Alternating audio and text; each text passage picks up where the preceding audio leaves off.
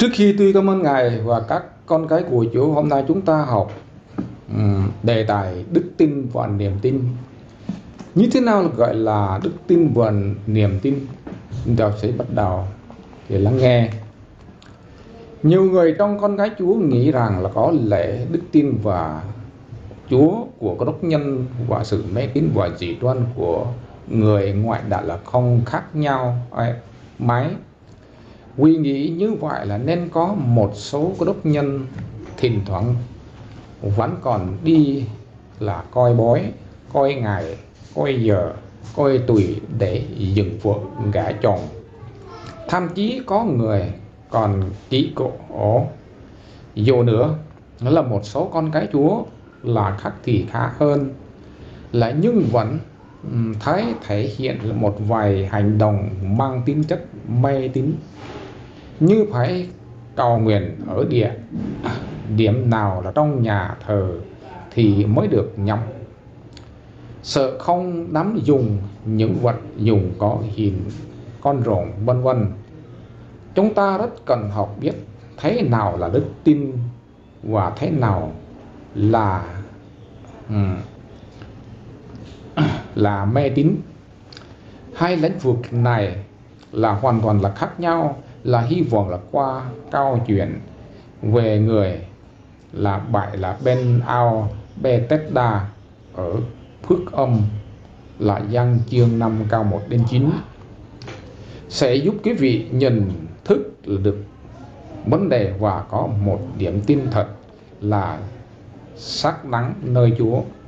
Một, định nghĩa chữ đức tin và mê tín là đức tin và sự chấp nhận của tâm trí về hiện hữu của Thượng Đế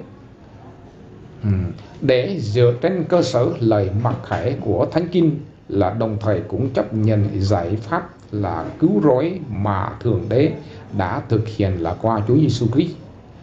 Đặc điểm của đức tin và có đốc nhân là có sự nhận định của một tâm trí sáng suốt. Niềm tin ấy là không phải là với lý trí, là không phải phản với đạo đức và không làm cho tâm linh trở nên là u mê tâm tối. Niềm tin của các đốc nhân phải đặt trên nền tảng Thánh Kinh và sự kinh nghiệm những điều Chúa làm cho đời sống. Ngoài ra còn có nhiều yếu tố khách quan là khác nữa làm chứng như ban thế luận diện chứng về đáng toàn hảo, đáng suy việt, là đáng vượt lên trên tất cả mọi sự, mọi tạo vật vũ trụ luôn.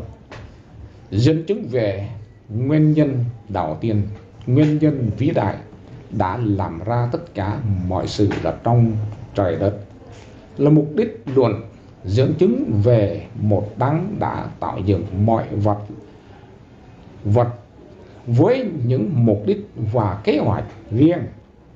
Nhân loại luận dẫn chứng rằng loài người khôn ngoan như thế này là tất phải được dừng lên là từ một đấng khôn ngoan tuyệt vời hơn.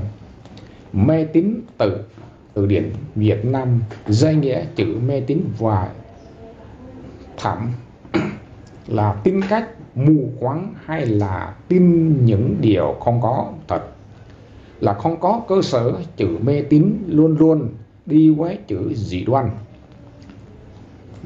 Khi một người mê tín là thì cũng dị đoan. Dị đoan là những điều là huyền hoặc, là không thật, là không hợp lý, không đúng, chánh đạo. Vì vậy là mê tín dị đoan là tin một cách mù quáng vào những điều huyền hoặc là không hợp lý và không có thật. Chữ mê tín thường dùng để chỉ về hành động tin tưởng là của ngoại đạo vào các thần linh như không mà họ thờ lại. Còn trong hội thánh chúng ta thường nghe nói đến chữ cuồng tín là hay đức tin qua máu. Chữ cuồng tín theo từ điển là có nghĩa là tin sai xưa là nhưng mù quáng không, là cái phải trái. Còn đức tin qua máu là loại đức tin nóng cháy nhưng lại thiếu hiểu biết về áo trí, về bắt người khác phải làm giống như y mình trong mọi việc. Và khi thấy ai không làm theo thì sinh ra là con kích hoạt, buồn bực, chán nản và xuống tinh thần. Là con cái Chúa là chúng ta phải hiểu rõ đối tượng là chúng ta tin là ai. Đức tin là chúng ta đặt trên cơ sở nào và chúng ta có kinh nghiệm là được điều chúng ta tin đó hay không. Người có đức tin thật nơi Chúa là người vừa có trí thức mà cũng có tình yêu thương và sự cảm thông để dìu dắt là người khác cùng đi trên đường đức tin, chứ không phải lúc nào cũng chê bai, là chỉ trích và chà đạp là những người kem là đức tin là hơn mình. Chúa dạy hãy bằng lòng tiếp lấy kẻ kém đức tin, chớ cãi lại về sự nghi ngờ. Roma chương 14 câu 1-2. Niềm tin của người bại vào ao Bethesda là chúng ta là phân tích hành động của người bình bại là 38 năm ở bên ao Bethesda là để thấy được thế nào là đức tin và thế nào là mê tín. Thánh Kinh chép tại thành Jerusalem gần cửa chiên là có một cái ao, tiếng Hebrew gọi là Bethesda. Xung quanh ao có 5 cái vòm cửa, nhưng kẻ đau ốm, mù quáng, tàn tật, bại sụt là nằm tại đó rất đông, chờ khi nước động. Vì một thiên sứ thỉnh thoảng là giăng xuống trên ao làm cho nước động. Lúc nước đã động rồi là ai xuống ao trước hết. Bất kỳ mắc bệnh là gì cũng được lành, là nơi đó là có một người bị bệnh đã 38 năm. Là việc có nhiều người đau ốm, mù lòa và tàn tật là nằm chờ chụp bên ao Bethesda với hy vọng là được lành bệnh. Có phải là sự thật không? Và có thật là một thiên sứ thỉnh thoảng giáng xuống ao làm cho nước động để chữa bệnh cho con người không? Phân tích từng vấn đề là chúng ta là mới thấy rõ đây chỉ là chuyện mê tín dị đoan thôi. Làm gì mà có chuyện thiên sứ giáng xuống ao để làm cho nước động? Là cũng chẳng có sự chữa lành. Là từ ao Bethesda này là tất cả là điều là những lời đồn đại mê tín kích thích nhiều người bị bệnh từ khắp nơi kéo về nằm la liệt ở đó để chờ đợi những điều hão huyền. Cũng giống như những lời đồn đại là trong dân gian ngày nay về những nơi này là chốn nọ linh thiêng chứa bệnh và có những hiện tượng lạ, là cứ như thế là người ta là tấp nập kéo đến, bất kể nó có thật hay không. Nó có một cụ già trên 70 tuổi bị đau mắt, chữa lâu ngày là chưa khỏi, là ngày kia có người đến bài với ông nên bắt con nhái mổ ra là đắp vào mắt sẽ lành. Khi ông làm theo thì mắt ông càng ngày càng nặng hơn, là đến khi bác sĩ khám y là thấy mắt ông bị nhiễm trùng nặng vì nhái con nở ra đầy dày ở trong. Cuối cùng bác sĩ đành phải mức con mắt là ấy đi. Điều này giúp chúng ta là hiểu được lý do tại sao người bệnh bại này phải nằm bên bờ ao đến 38 năm mà không khỏi bệnh để có thể đi trở về nhà. Nó thật là đáng thương cho nhiều người trong thế gian vì lòng mê tín là khiến họ kéo lê cuộc đời bình hoạn là bắt ăn và tránh giường mãi cho đến khi đi vào cõi chết tuyệt vọng.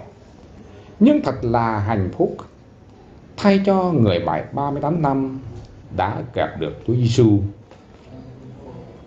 Là Chúa Giêsu cứu chữa bệnh mê tín. Bây giờ là chúng ta hãy xem là Chúa cứu chữa bệnh là cho người bệnh này như thế nào. Thánh Kinh chép Đức Chúa Giêsu thấy người nằm, biết rằng đau đã lâu ngày, là thì phán: Ngươi có muốn lành chăng?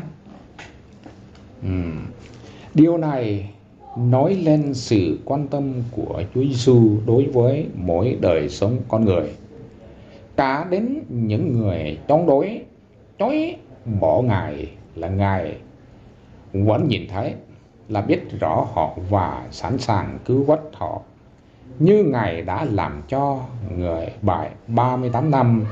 Thánh Kinh chép tiếp rằng: Người có muốn lành bệnh chăng? Người bệnh chữa rằng: Lạy Chúa, tôi chẳng có ai để quăng tôi xuống ao trong khi nước động. Lúc tôi đi đến thì đã có kẻ khác xuống ao là trước tôi rồi.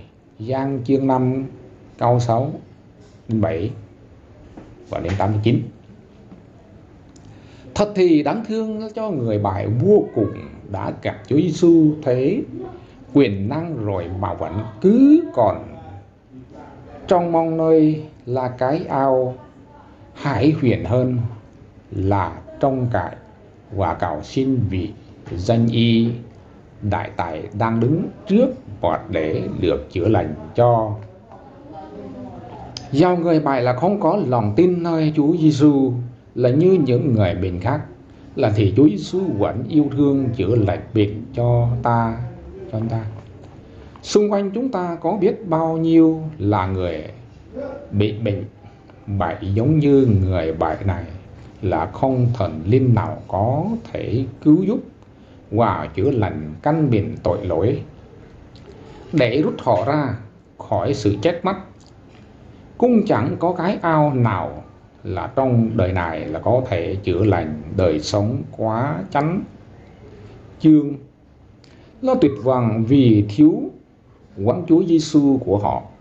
Vì vậy là chúng ta hãy giúp đỡ họ và bằng mọi cách đưa họ đến gặp Chúa cứu thế.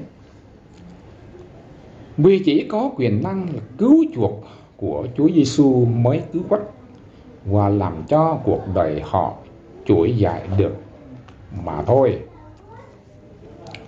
Đời sống của những người được là Chúa Giêsu cứu là một đời sống phước hạnh và nơi vui sáng lắng, là bóng tối không còn ngự trị trong đời sống người ấy nữa. Là do đó sắc diện của đời con Chúa trở nên sáng lắng rạng rỡ, vì vinh quang là Chúa phản chiếu cho người ta, là viết để đời sống của những bộ lạc dã man sống tại địa danh rừng rậm, thung lũng ăn thịt người, cannibal, quay lại, nhất là những tù trưởng của họ khi chưa tin Chúa. Mặt mày họ trông như quỷ dữ, nhưng khi đã tin Chúa, đời sống họ hoàn toàn thay đổi. Họ trở nên hiền lành, mặt mày sáng láng vui tươi. Đó là dấu hiệu của một người được Chúa giải phóng ra khỏi sự u mê tăm tối và mê tín dị đoan. Vì vậy trong đời sống theo Chúa, chúng ta không nên để sự mê tín, ám ảnh hoặc suy dục mình có những hành động cuồng tín hay quá máu trong đức tin. Hãy nhớ rằng bất cứ một hành động cuồng tín hay sự sốt sắng quá máu nào trong đức tin cũng đều nổi lên sự bình hoàn trong tâm linh và là một hình thức bối bắt niềm tin trong sáng của có đốc nhân. Vậy tôi xin chân thành và cảm ơn quý vị đã lắng nghe. Tôi xin là Chúa phải phù hộ và các bạn để lắng nghe. Amen.